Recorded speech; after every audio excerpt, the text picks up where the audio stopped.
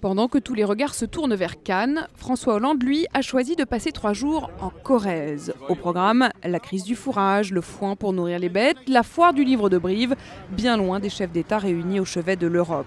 La crise de la Grèce et le G20, il les évoque bien sûr, mais avec un seul objectif, montrer que c'est un échec de Nicolas Sarkozy. La grande responsabilité de Mme Merkel et de Nicolas Sarkozy, c'est de ne pas avoir traité assez tôt, c'est-à-dire il y a 18 mois, la question grecque. Commenter, critiquer, mais ne pas proposer pour l'heure d'alternative, une stratégie revendiquée par le camp Hollande. Tous ces sujets ne sont pas des sujets qu'on traite au jour le jour, ce sont des sujets de fond qui peuvent amener des bouleversements de politique économique d'un pays et que François Hollande souhaite présenter à l'ensemble des Français avec beaucoup de détails, avec beaucoup de volonté, mais aussi avec beaucoup de calme.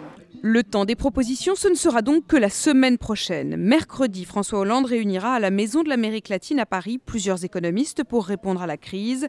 4 jours après le G20, n'est-ce pas trop tard? Après l'heure, c'est plus l'heure. Et on est en plein dans l'heure et dans le timing du G20. Avoir un François Hollande qui s'exprimerait avec une semaine de décalage, ça peut sembler un petit peu étonnant. Proposer une alternative, certes, mais ne pas être à contre-temps. Difficile équation pour un François Hollande parti très tôt en campagne.